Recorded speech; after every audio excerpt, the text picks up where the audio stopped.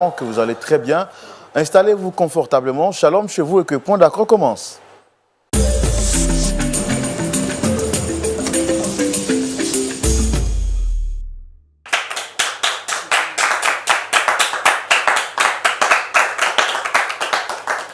Vous le savez désormais, cela n'est un secret pour personne. La marque déposée de Point d'accord, ce sont les applaudissements, mais également le sourire de notre public et également votre présence qui témoigne votre amour et votre fidélité à cette émission.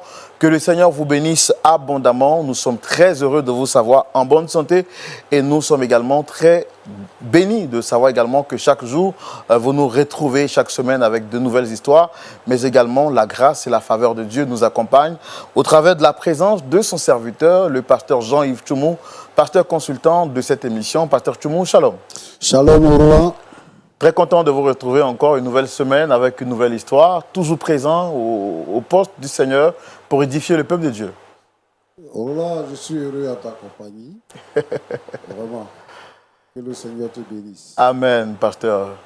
Et puis, j'ai pu voir la présence d'un pasteur que j'aime beaucoup. Il n'est pas seul, il est avec notre maman, le pasteur Nyepa Félix de l'église Assemblée de Dieu, Temple Ebenezer. Pasteur, shalom. Shalom, voilà. Ça fait plaisir de vous voir aujourd'hui encore sur le plateau de Point d'accord. Je suis très content de vous voir. On va faire un tour chez nous là-bas, et puis bon, c'est fini. On revient, on revient. Okay. On peut saluer maman juste à côté. Maman, shalom. On est très contents. Hein? En tout cas, merci de nous visiter aujourd'hui. Voilà, et au travers de vous, on profite pour saluer toutes les mamans de l'église Assemblée de Dieu, toutes les mamans partout dans le monde qui suivaient cette émission Point d'accord. Je rappelle que le pasteur Nyepa Félix n'est pas seul, il est avec son adjoint, le pasteur Dayoro, Maxime et épouse. Shalom à vous. Que le Seigneur vous bénisse. Et puis, merci d'être avec nous aujourd'hui. Voilà, pasteur Jean-Yves Tchoumou, voici qui est clair, les présentations sont déjà faites et nous voulons profiter pour saluer tous les frères et toutes les sœurs partout dans le monde entier, en Suisse, au Canada, en Belgique. Pasteur Tchoumou, quel autre pays encore que j'ai oublié? La Suède, oui. Le Canada, oui. Le Koweït. Oui, Koweït. Voilà. Et puis Tahiti. Tahiti. Tahiti, voilà. C'est dire que Point d'accord arrive très loin, très loin. Comme je le dis toujours, mentionnez en commentaire, pour vous qui suivez cette émission sur les réseaux sociaux, mentionnez en commentaire le pays depuis lequel vous suivez cette émission et on ne manquera pas les prochaines fois de vous saluer depuis votre position. Aujourd'hui, nous sommes là, comme vous le savez, pour encore entendre une nouvelle histoire et bien entendu leur apporter notre soutien. Il s'agit donc du frère Wilfried qui viendra aujourd'hui sur notre plateau pour partager son histoire. Et très cher public, je voudrais qu'on le reçoive avec applaudissements, comme on sait si bien le faire.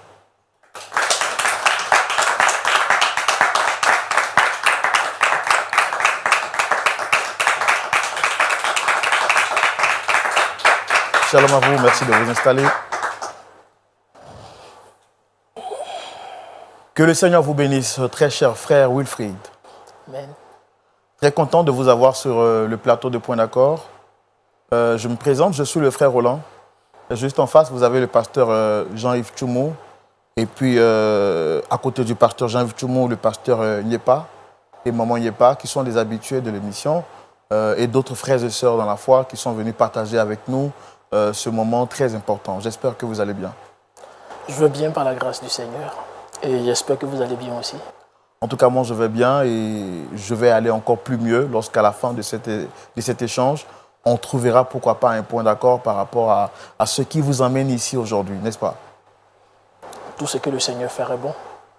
S'il a permis que nous soyons là, c'est pour trouver une solution. On va essayer de parler un peu plus fort, je sais que ce n'est pas facile. Donc, on va essayer de respirer un peu plus, un grand coup, comme ça je sais que l'esprit sera tranquille pour pouvoir parler, n'est-ce pas? Oui, je dis, tout ce que le Seigneur ferait bon. Si nous sommes là aujourd'hui, ce n'est pas uniquement par sa grâce que nous sommes là. Donc nous ne pouvons nous remettre qu'entre ses mains. Alors, très heureux de vous recevoir, comme je l'ai dit. Dites-moi, qu'est-ce que vous faites exactement au sein de votre assemblée? Et avant, depuis combien de temps vous êtes converti? Je suis converti, ça peut faire maintenant 5 ans. Et je suis responsable des jeunes de l'église. responsable des jeunes au sein de votre assemblée. Oui, c'est ça. Et la gestion du département des jeunes, tout se passe bien? Bon, le Seigneur nous aide tant bien que mal, puisque nous travaillons pour son œuvre. C'est lui qui nous aide, en fait.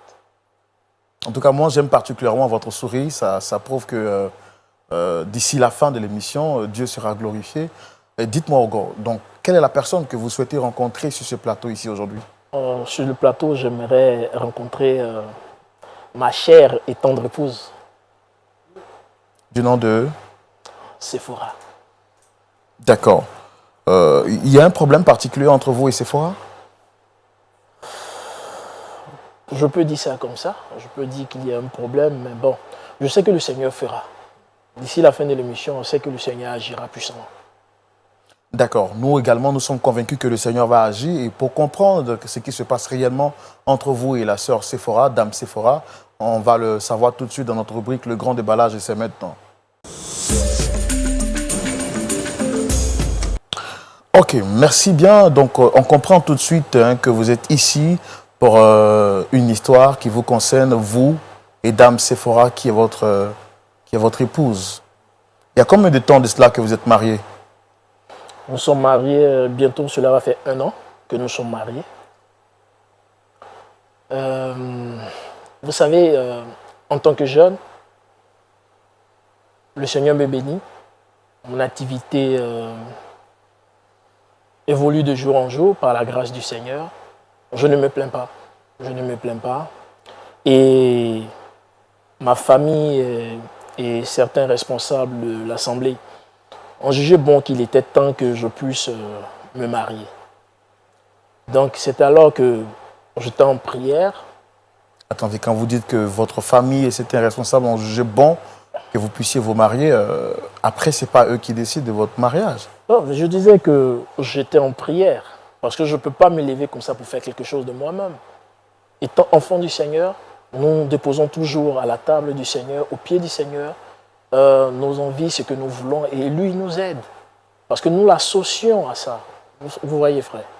Donc, j'ai demandé au Seigneur qu'il était temps que je me marie. Donc, j'étais en prière.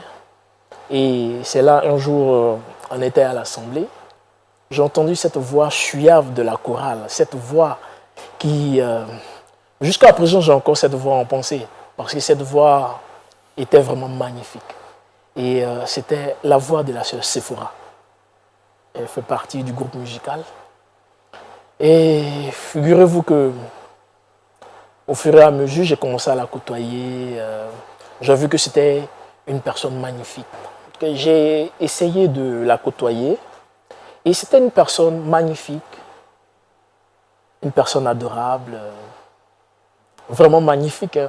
Je dis magnifique parce que vraiment, elle a tout ce qu'un homme recherche en fait. Et par la grâce du Seigneur, nous nous sommes côtoyés, nous avons prié. Et le Seigneur a permis qu'aujourd'hui, qu'elle soit mon épouse.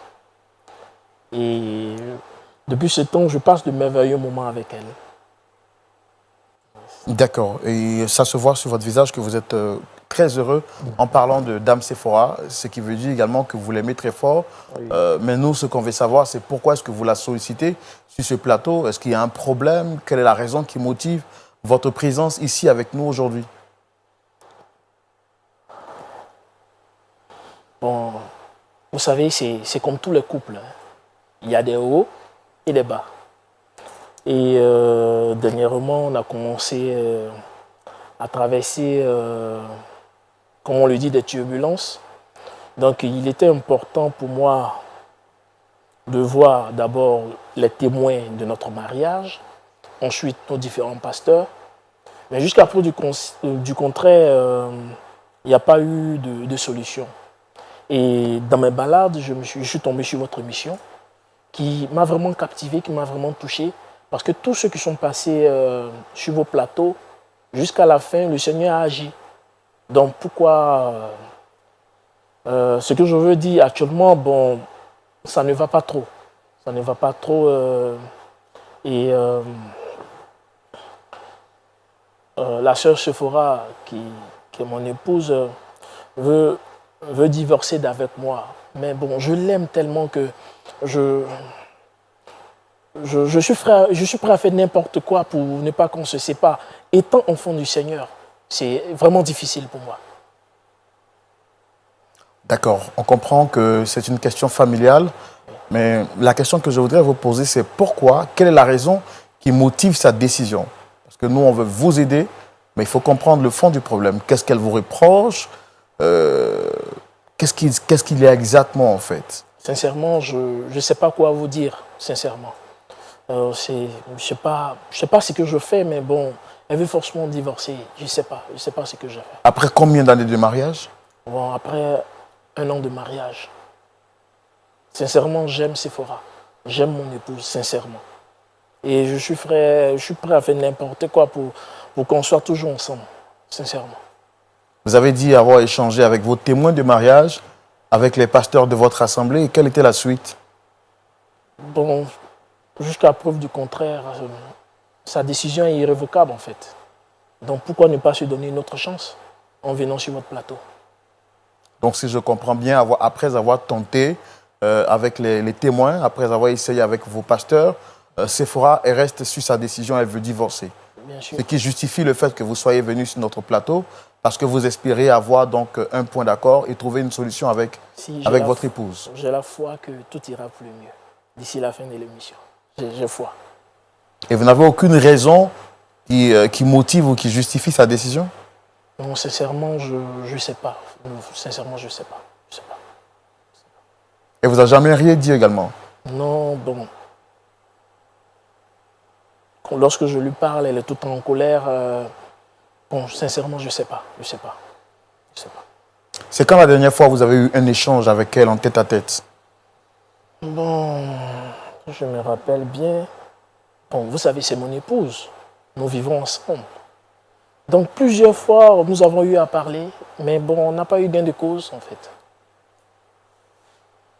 Sincèrement, je l'aime, et puis vraiment, je voudrais que vraiment ça puisse aller pour le mieux, quoi.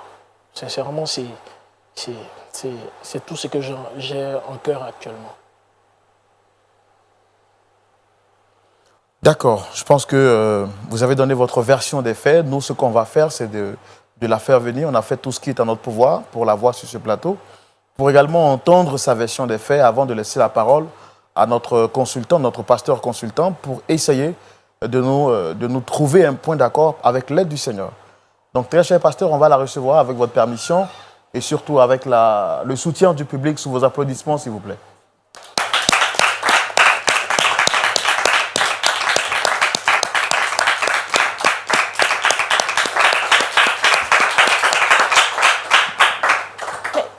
Qu'est-ce qu'il y a?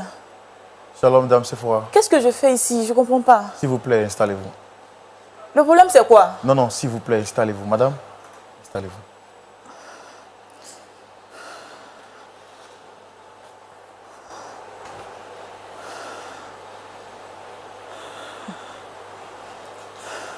Shalom, Dame Sephora. Shalom, frère. Vous allez bien, j'espère. Ça va, monsieur l'animateur? En tout cas, j'aime bien ce foulard bleu que vous avez mis. Et ça met en évidence encore plus votre beauté. Et je vois que vous êtes vraiment très belle comme femme. Merci, frère. D'accord, je suis le frère Roland, présentateur de l'émission Point d'accord. En face, vous avez le pasteur Jean-Yves Tchoumou. On m'a dit que vous êtes une habituée de l'émission Point d'accord. Comment ça vous fait, enfin, qu'est-ce que ça vous fait d'être ici aujourd'hui sur le plateau? Bon, ça me fait plaisir. Ça me fait vraiment plaisir. En même temps, surprise de pourquoi je me retrouve sur le plateau. D'accord. Tout à l'heure, je vous ai vu mécontente parce que vous estimiez que vous avez été invitée, que vous n'étiez pas contente, tout ça et autres. Ce monsieur juste à côté, vous le reconnaissez? Je le connais, monsieur l'animateur. Quelle équipe pour vous?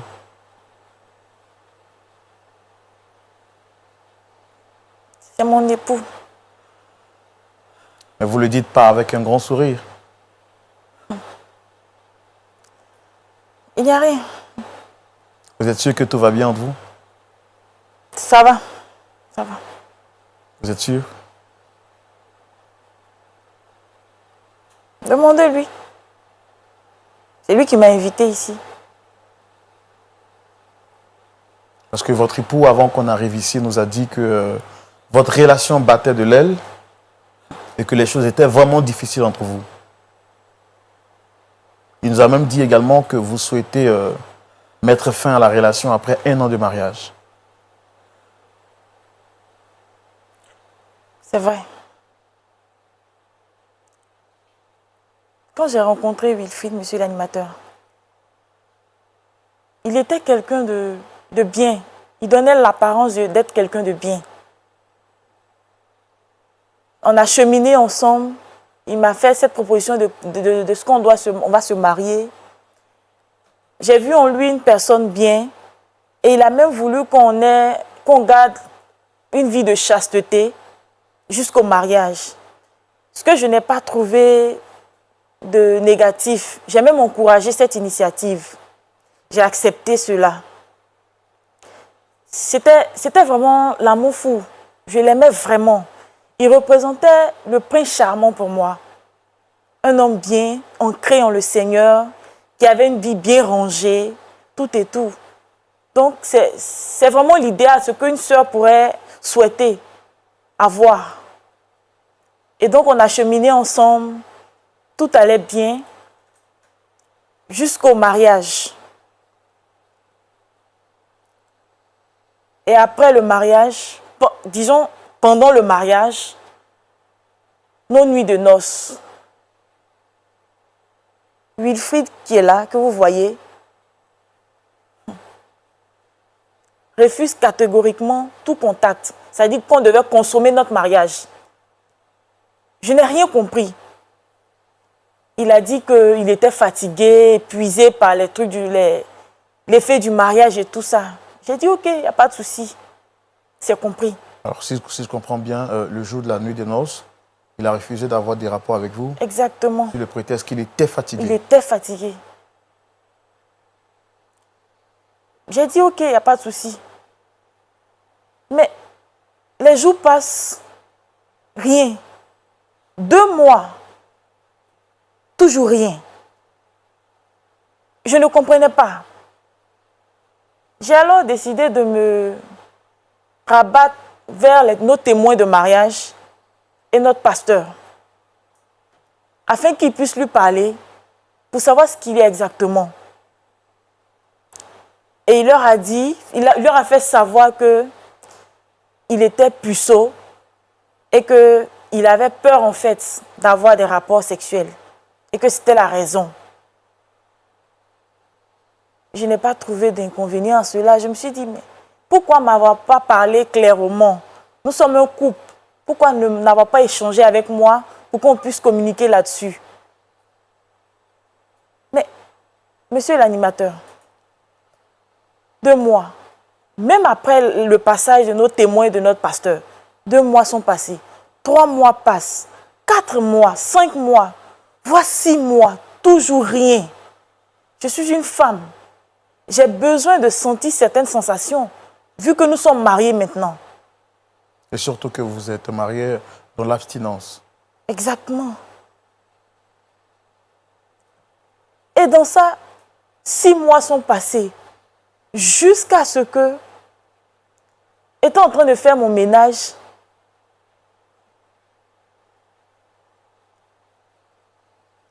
je découvre des documents, des papiers.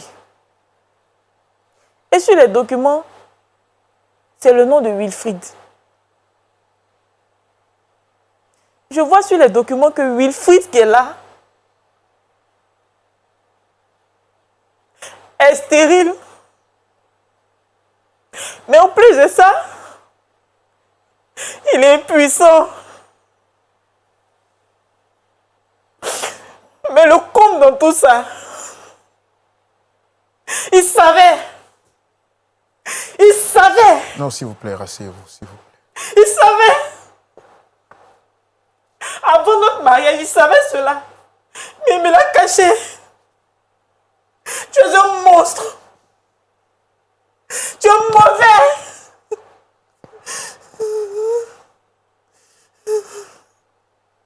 Comment tu as osé me faire ça? Vous vous rendez compte? J'ai foi que le Seigneur va me guérir. Quelle foi? Quelle foi? Si tu n'es pas un monstre, pourquoi ne m'avais pas dit ça avant? Non, mais je me suis dit que le Seigneur va faire. Le Seigneur va faire. Nous sommes enfants Tu du savais Seigneur. ça? Tu savais que le Seigneur allait faire quelque chose? J'ai foi qu'il va faire. Tu es méchant, tu es méchant. Tu es méchant. S'il vous plaît, rasseyez-vous, madame. Dame Sephora, je comprends votre colère, mais rasseyez-vous. Tu vas le payer très cher.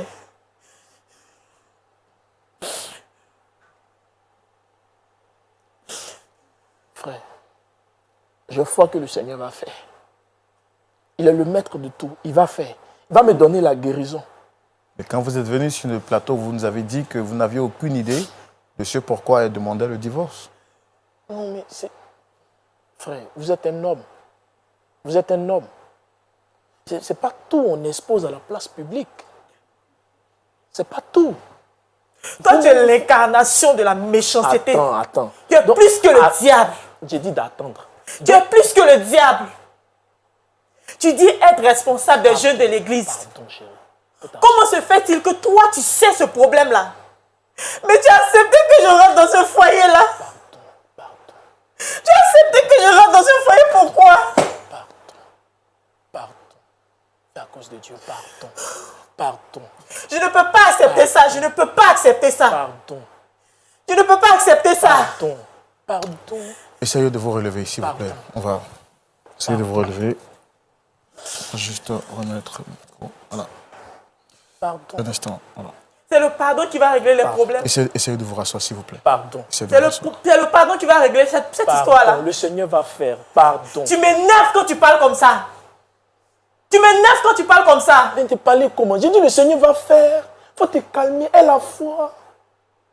D'accord. Ne m'énerve pas de plus. Essayez de vous calmer, Monsieur madame. l'animateur. Essayez de vous calmer. S'il est venu ici pour dire ça, il serait mieux que je parte. Essayez de vous calmer, s'il vous plaît. Parce que ce monsieur-là, je ne veux plus rien avoir avec lui.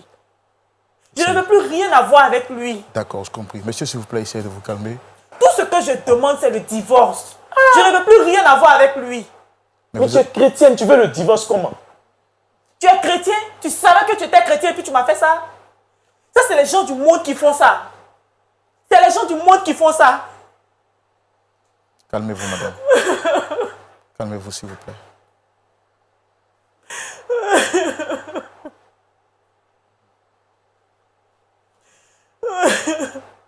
Alors, monsieur, dites-nous toute la vérité. Est-ce que vous saviez avant le mariage que vous souffriez de ce problème-là, de ces deux problèmes?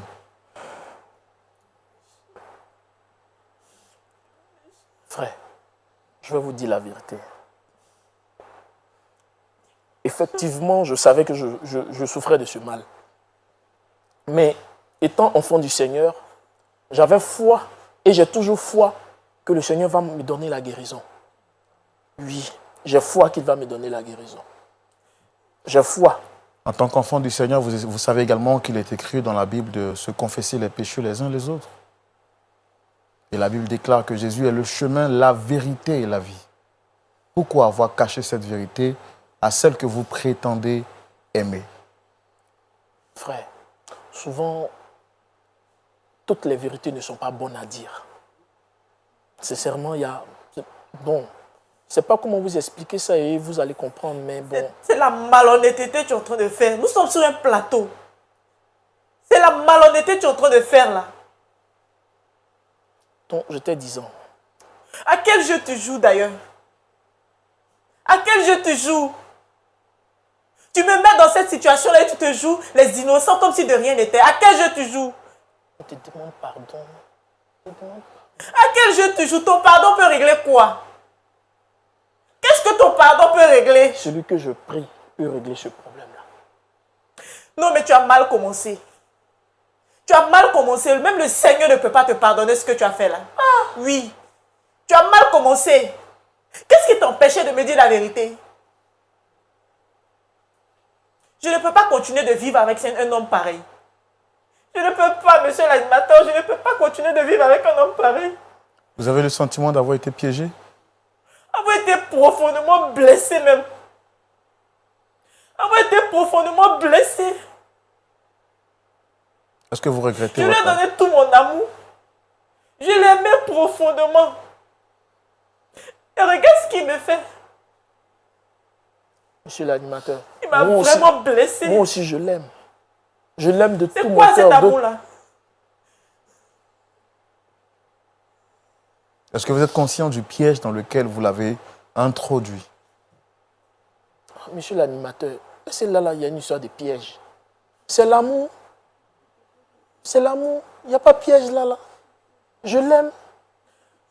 Est-ce que si elle vous avait fait ce coup-là, est-ce que vous l'auriez accepté? Si vous découvriez après le mariage qu'elle est impuissante, elle est incapable de procréer, est-ce que vous l'auriez accepté en tant qu'homme? Je l'aurais accepté, puisque c'est le Seigneur qui fait tout. Étant enfant du Seigneur, je crois qu'il fera. Bon, s'il n'y a pas de foi, c'est que pourquoi on est dans le Seigneur? Je ne veux plus de toi. Je ne veux plus de ce mariage. Je demande le divorce. C'est tout ce que je demande. Je demande le divorce. Je ne veux plus de toi. Mais tu es chrétienne, tu veux divorcer. C'est dans quelle Bible c'est noté? Ce que tu as fait là, c'est noté dans une Bible? C'est noté dans une Bible? Dis-moi dans quelle partie de la Bible est-ce que c'est noté ça? Mais l'erreur humaine. Oui, c'est ça. L'erreur humaine. Ne m'énerve pas encore plus. C'est par respect pour l'animateur que je suis encore là. Ne m'énerve pas encore plus, s'il te plaît. Dame Sephora, vraiment, je suis désolé par rapport à ce que vous vivez. C'est une situation très difficile, inconfortable. Et je tiens à vous témoigner de tout mon soutien. Vous dire également que nous comprenons toute votre douleur, également les larmes que vous avez aux yeux. Que le Seigneur vous fortifie. Le frère également, que le Seigneur vous fortifie. Moi, mon rôle en tant qu'animateur, ce n'est pas de prendre position. Je pense que le Seigneur va nous éclairer à la lumière de sa parole. Et il y a un canal bien choisi. Il s'agit donc de notre pasteur consultant. Mais bien avant, je voudrais donc donner la parole au pasteur Nyepa, Félix, qui est avec nous pour avoir ses impressions par rapport à cette question en 1 minute, 2 minutes maxi. En tant que pasteur, vraiment, je pourrais dire que ce sont nos fidèles. Mais entendre des choses comme ça, vraiment, c'est dommage. C'est dommage de ce que le frère n'a pas été sincère envers sa fiancée et qui est devenue aujourd'hui son épouse. Il devait lui dire les vérités au début de leur fiançailles, comme elle a eu à le dire, que c'est, comme on appelle, de rester dans la chasteté jusqu'au mariage. Et c'est ce qui a été fait. Quand même, on pouvait lui dire les vérités, que voilà ma soeur, prions, j'ai tel défaut dans ma vie. Vraiment, il faut qu'on demande la grâce de Dieu. Bon, vraiment, je ne sais pas. D'accord. Merci beaucoup, pasteur Nyepa. Nous prenons bonne note par rapport à ce que vous avez dit. Le point de vue de notre pasteur consultant, tout de suite dans la rubrique « À la loupe de la parole ». Pasteur Tchoumou. Oui, mon frère Laurent. Le pasteur Nyepa nous a dit que la vérité aurait dû être dite dès le départ. Situation compliquée pour notre frère Wilfried qui dit « Au nom de l'amour, il a caché cette vérité à sa fiancée, espérant que le Seigneur allait opérer le miracle. » Malheureusement, le miracle n'a pas été opéré et Dame Sephora découvre quelques mois après le mariage que son mari est impuissant, grave, il est infertile, il est incapable donc de reproduire, de se procréer. Venue sur ce plateau en larmes, elle demande le divorce. Pasteur, votre point de vue est important pour nous à cette situation-là. Mon cher Roland. Oui, pasteur. Nous sommes sur ce plateau aujourd'hui. Le pasteur Nyepa est avec son épouse. Je suis avec mon épouse. Et le pasteur là-bas est avec son épouse. Pourquoi on dit que c'est mon épouse? Il y a une raison fondamentale. Moi, j'ai écouté notre frère qui est venu. Il n'a pas voulu nous dire ce qu'il voulait. Il a dit que il n'y a pas de raison valable, mais sa femme veut divorcer. Donc, par la suite, il dit que toutes les vérités ne sont pas bonnes à dire. Mais je pense que, comme le pasteur Niepa l'a dit, il aurait pu dire « je suis malade ». C'est important. Quand on est chrétien et qu'on veut vivre avec quelqu'un, c'est important de lui dire la vérité. Alors, je voudrais dire comme ça que si on ne peut pas dire la vérité, on va gérer beaucoup de conséquences. Donc, nous, on ne peut pas régler son problème. C'est un problème qu'il a créé que nous, on ne peut pas régler. Regardez, ma fille, lève-toi un peu. Lève-toi. Excuse-moi, hein, mais tourne un peu, tourne un peu. Tourne un peu, tourne un peu. Voilà. Tu vois, merci, tout ce potentiel-là. Hein? Il dit que, oui, elle est tout ce qu'une femme est, tout ce qu'un homme peut désirer chez une femme. Elle a ça. Je l'aime. Et vraiment, je ne veux pas la laisser partir. Mais toi, tu prends une belle femme comme ça pour la garder dans la maison. Simplement, comme ça. Elle va préparer, vous allez manger. Non. Il n'a qu'à nous dire, il est malade depuis combien de temps. Pour prendre la fille des gens, la déposer dans la maison et maintenant attendre le miracle de Dieu, que Dieu le guérisse, ça fait 1 an.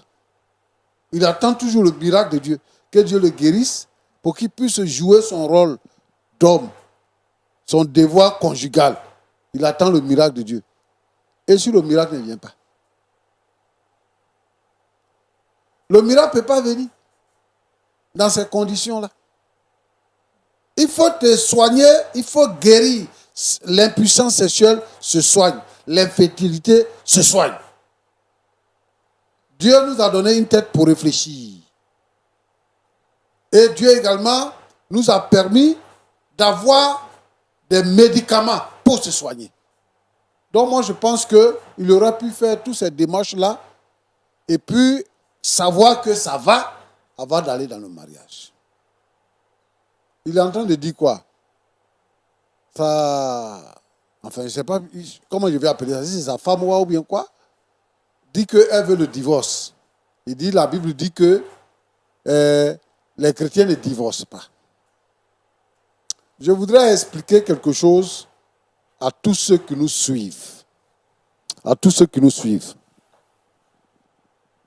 Les gens plaisantent avec la question du mariage aujourd'hui. Les gens s'amusent avec ça. Les gens se rencontrent ici, ils s'en vont, ils vivent ensemble, ils appellent ça mariage. Le mariage, tel que la Bible nous l'enseigne, c'est quelque chose de très sacré. C'est 2 jeunes gens qui se rencontrent, ou 2 personnes qui se rencontrent, hommes et femmes qui se rencontrent, et donc ils demandent la volonté de Dieu. Lorsque la volonté de Dieu est connue des 2, ils s'en vont maintenant se présenter. Le monsieur va se présenter aux parents. Les parents vont donner leur accord, ils vont faire la dot. Après ça, ils vont faire le mariage civil. Et après le mariage civil, maintenant, ils vont venir à l'église pour recevoir la bénédiction. C'est ça que nous, on reconnaît comme mariage. Autre chose que je veux dire, le mariage là, ce n'est pas branchement. Ce n'est pas branchement. Le mariage, ce n'est pas prophétie. Le mariage là, c'est des hommes. Vous êtes responsables, vous vous rencontrez. Dieu a donné à l'homme le libre choix. Quand je vois la femme qui a les critères de ce que moi je veux là, je lui dis que je te veux.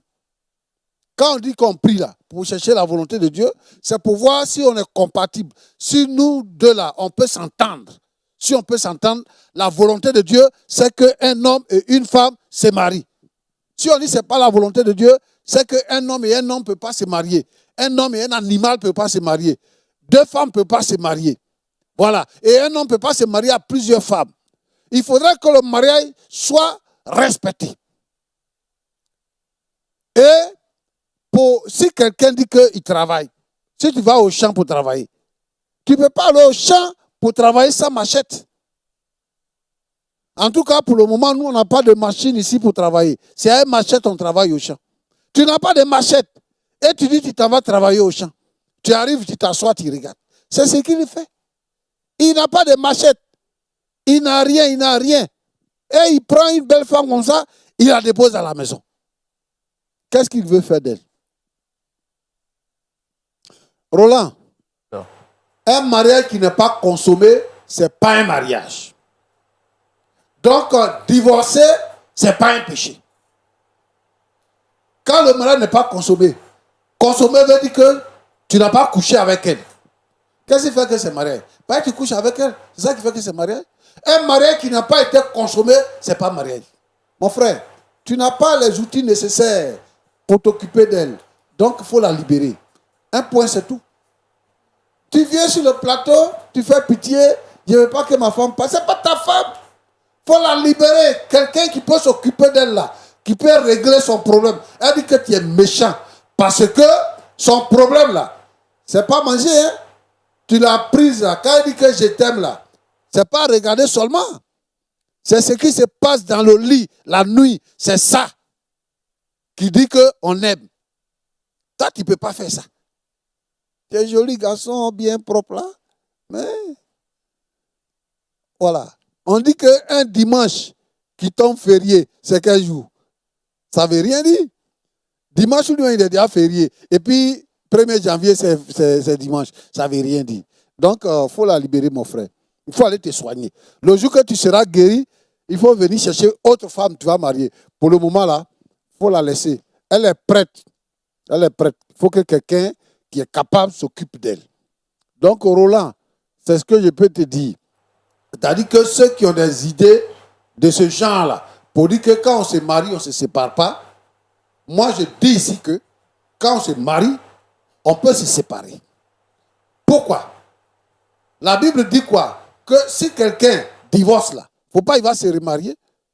Ça ne veut pas dire que le divorce est interdit, mais si toi-même tu sais que tu es capable de te contenir, tu divorces parce que tu ne peux plus supporter le foyer, et vous êtes séparés, dans ce cas-là, quand le mariage est consommé et que vous avez divorcé, si ton conjoint décède, là tu peux te remarier.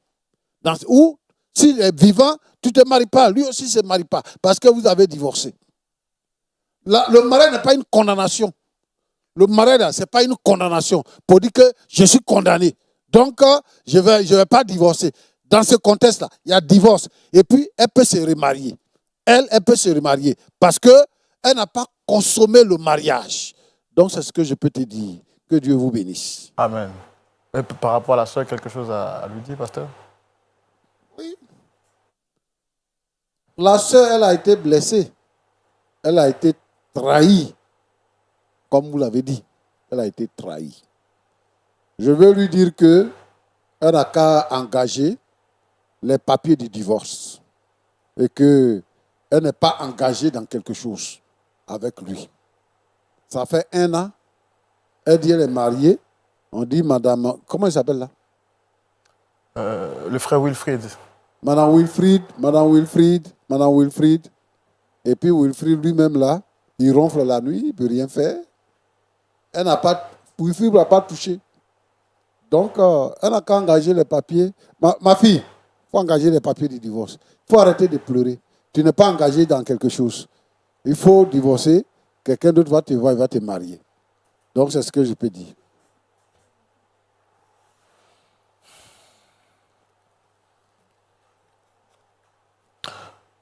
Frère Wilfried, quelque chose à dire par rapport à tout ça? Tout ce que moi je peux dire, le Seigneur va me guérir. C'est tout ce que moi je peux dire. Moi, il ne divorce pas. Il ne divorce pas comment? Ouais, il dit il ne divorce pas. Ma décision est prise. Je dis, je divorce. Tu as bien entendu ce que le papa a dit. Le Seigneur va te guérir à quelle date? C'est le papa qui a parlé, c'est le Seigneur qui a parlé.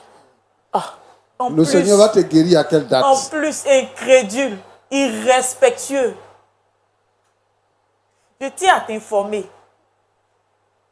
Comme tu te joues les têtus, ton ami que tu as envoyé pour venir me demander pardon, là. Écoute-moi très bien. Cet ami en question, là. Il s'est passé quelque chose entre lui et moi. Quelle chose? Nous avons eu un rapprochement. Tu n'es pas un enfant. Tu n'es pas un enfant. Il y a eu quoi? Je dis, tu n'es pas un enfant. Je ne suis pas un enfant, ça veut dire quoi? Faut parler. Et de surcroît, je t'informe Hein? que je suis enceinte de lui. Je pouvais te le dire, avoir honte. Mais je le dis avec... Tu vas penser que c'est avec fierté, je le dis. Mais je le dis haut et fort. Parce que tu étais méchant envers moi. Oui, tu étais méchant envers moi. Tu étais même diabolique envers moi. Oui.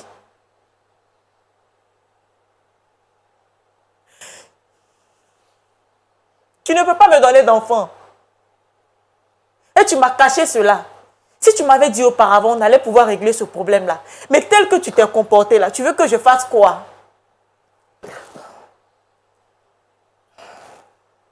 Vous êtes enceinte de son ami? Oui, monsieur l'animateur.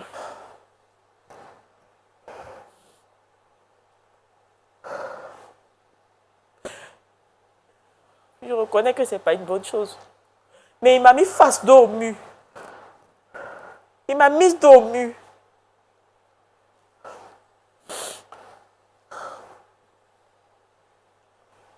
On peut avoir un peu d'eau.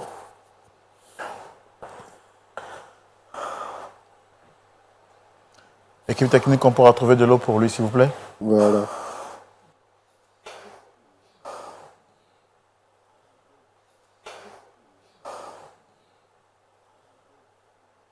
L'eau là, ce n'est pas ça la solution. Tu vas boire de l'eau, ce n'est pas ça la solution.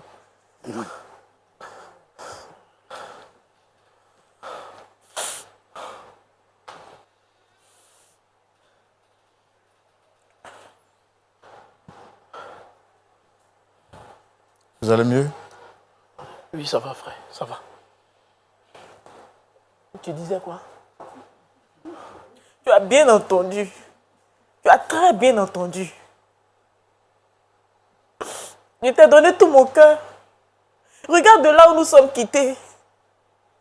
Certaines de mes amies ne voulaient pas. J'ai accepté qu'on marche ensemble parce que j'ai trouvé l'homme parfait. Et toi, aujourd'hui, tu oses me faire ça? Si ce n'est pas de la méchanceté, comment est-ce qu'on peut appeler ça? Tu sais, nous sommes chrétiens. Et la Bible dit de pardonner.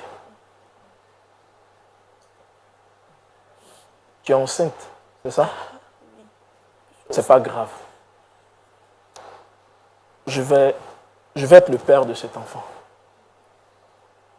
Mais je ne veux pas divorcer d'avec toi. Tu comprends? 1, je ne veux pas divorcer d'avec toi. 2, je serai le père de cet enfant. Mais je te demande pardon. Ne couche plus jamais avec lui. Parce que je te pardonne. Tu as compris? Tu es égoïste. Hein? Et maintenant, comment on fait? On fait comment? Quand tu me dis oui, et on fait comment? Pour la suite, on fait va comment? me guérir. Tu es pressé pourquoi? Mais tu es égoïste, toi. Tu es égoïste. Et tu ne vas pas changer, toi. Je ne te reconnais pas. Hein? Tu ne vas pas changer. J'ai cru que tu étais en train de partir sur de bonnes bases en parlant ici. Mais dis-moi ça. Mais je me rends compte que tu n'as rien compris à la vie. C'est à cause de quoi tu veux divorcer? C'est à cause de quoi? Tu es égocentrique. Tout ne tourne que autour de toi. Ça n'en vaut pas la peine. Je demande le divorce. Moi, rester là, toi, tu ne peux pas, tu ne peux rien faire. Et je reste là comme ça avec toi. Le Seigneur va faire, le Seigneur va faire. Oui, d'accord, la foi. Mais qu'est-ce que toi-même tu fais? que tu fais? Qu'est-ce que tu fais pour qu'on puisse sortir de cette situation-là? Et tu me dis, moi, de rester dans ça, je ne peux pas. Non, je demande le divorce, je ne peux pas accepter ça, je ne peux pas. C'est trop fort pour moi, je ne peux pas, je ne peux pas. D'accord, je pense que c'est une situation vraiment difficile. Je ne peux pas accepter ça. Très cher frère, on aura fait tout ce qu'on pouvait pour vous aider à trouver une solution. Donc, je suis venu ici, c'est fini. Nous avons la foi, comme vous l'avez dit vous-même, que le Seigneur fera. Et nous croyons qu'il fera. Je pense qu'on va continuer à échanger avec vous en privé, avec votre épouse. Vu que vous dites que malgré tout, vous l'aimez et que vous ne souhaitez pas divorcer. Je te demande pardon. Je te demande pardon, ne pars pas. S'il te plaît. Ce que j'ai dit là, tu n'as pas compris. Si un jour tu m'as Monsieur aimé, l'animateur, si un jour tu m'as aimé, parlez-lui. C'est par respect que je suis encore là. Ce n'est pas le fait d'accepter mon enfant. Oui. Mais la suite, c'est quoi? Est-ce que vous avez fait ça pour le pousser à bout, en fait? Je ne l'ai pas fait pour le pousser à bout. C'est arrivé. Je suis une femme.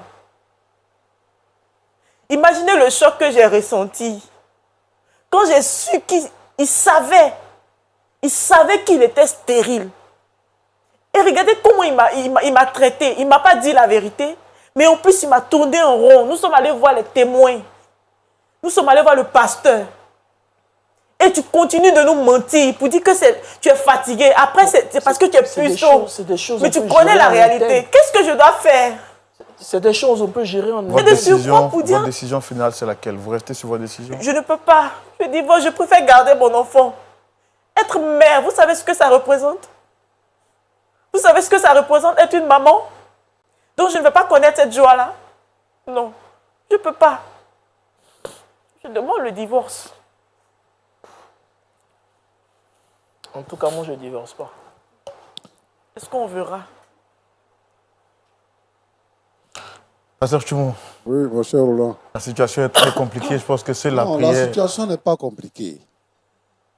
Je veux dire que jusqu'au niveau où on était, il n'y avait pas de problème.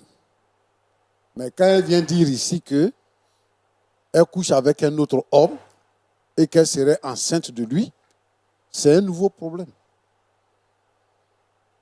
Parce qu'elle n'a pas été obligée pour aller dans ce foyer. C'est vrai qu'elle découvre quelque chose. La meilleure solution, c'est de demander le divorce pour se remarier.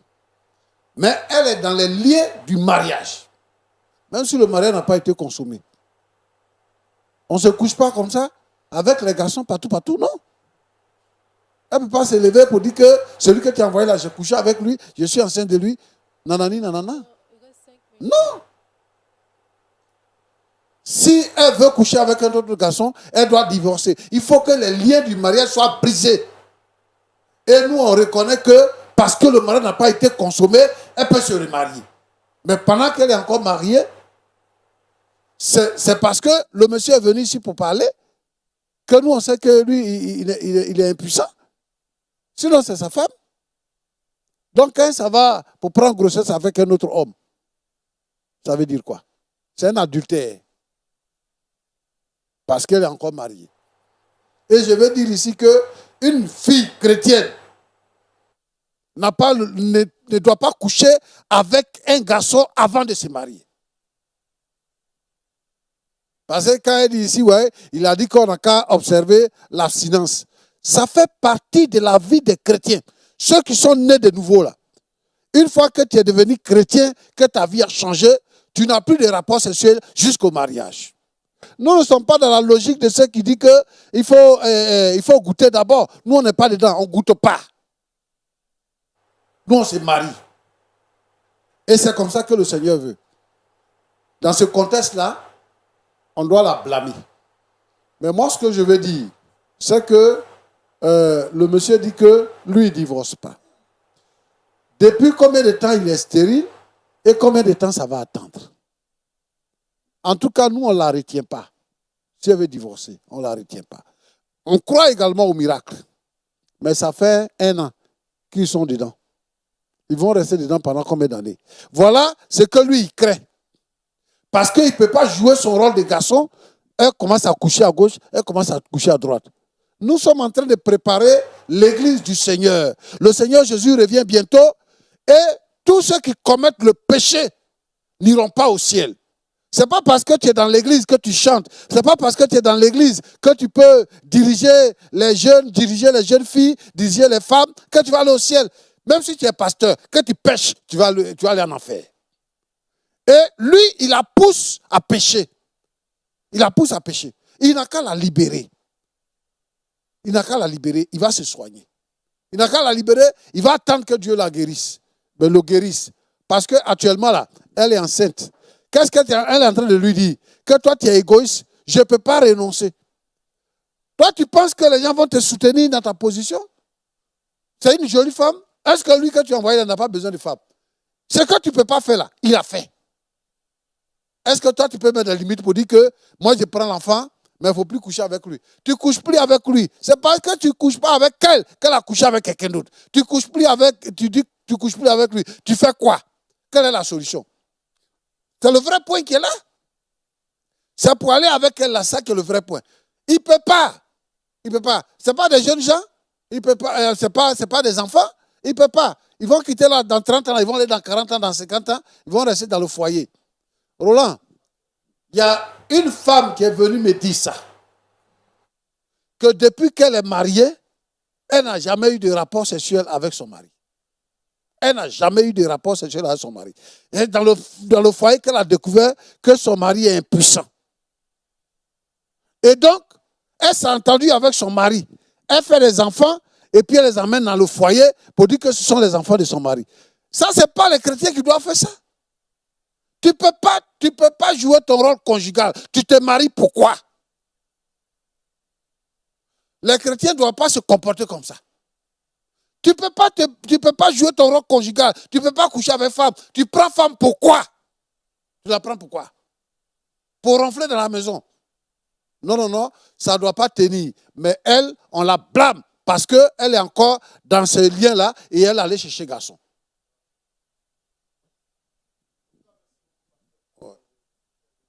Une équation à deux inconnus. Pour moi, d'abord, une équation avec des inconnus, mais là, c'est devenu très compliqué. Heureusement que vous êtes là et avec l'aide de Dieu, la sagesse de Dieu en vous, nous avons pu avoir quand même une solution et nous espérons. Notre plus grand souhait, c'est que le Seigneur les aide, pourquoi pas, à trouver une solution. Le pasteur Tchoumo l'a dit, on espère que le frère trouvera une solution à ce problème. Surtout, nous les portons en prière. Nous ne les condamnons pas, mais nous les portons en prière. Espérons que le Seigneur les aidera à trouver une solution. Ça a été un grand plaisir pour nous de partager ce numéro spécial de Point d'accord avec vous. Bien avant, je voudrais que le pasteur Jean-Yves Tchoumo puisse prier pour les frères et les sœurs qui pourraient traverser des situations pareilles, mais surtout pour nos frères qui nous ont visités ici aujourd'hui. Je te prie, Seigneur, notre Dieu, notre Père, pour mon frère. Il est malade. Il est impuissant. Il est stérile. Il ne peut rien faire d'une femme. Mais pourtant, il aime les femmes. Seigneur notre Dieu, ce que je veux, c'est que par ta main puissante, tu le touches et tu le guéris. Au nom de Jésus-Christ. Seigneur notre Dieu, notre Père, que ta faveur le couvre, que ta grâce le touche. Que la bénédiction de Dieu abonde sur sa vie et que ses membres morts ressuscitent. Et que, Seigneur notre Dieu, tous ces hommes dans les différents foyers qui sont malades, Seigneur, tu les guéris maintenant au nom de Jésus-Christ pour que la joie soit dans le foyer. Sois loué, sois béni. Je te prie pour ta fille. Seigneur, pardonne-lui son péché et aide-la, Seigneur notre Dieu, afin que ô Dieu vivant et vrai, elle se répande de son péché et que, Seigneur, elle se convertisse véritablement. Tu l'as béni au nom de Jésus-Christ. Amen. Merci beaucoup au pasteur Jean-Yves Tchoumo. Merci également à papa et maman Nyepa de l'église Assemblée de Dieu à Tekoubé, Temple Ebenezer. Merci au pasteur Daniero Maxime et son épouse. Je rappelle, merci à maman Jean-Yves Tchoumo, la maman de notre pasteur Sagesse. Maman Sagesse, merci d'être venue avec nous. Et c'était un grand plaisir pour nous de partager ce plateau avec vous. On espère que la prochaine fois, on vous retrouvera. Pourquoi pas, pour avoir quand même petits conseils pour nos frères et sœurs qui suivent cette émission. À toutes et à tous, nous vous disons merci. Que Dieu vous bénisse abondamment. Shalom chez vous et que la paix du Seigneur soit avec vous. N'oubliez pas que le Seigneur est le Dieu de la vérité, alors que la vérité soit au bout de votre langue. Que Dieu vous bénisse.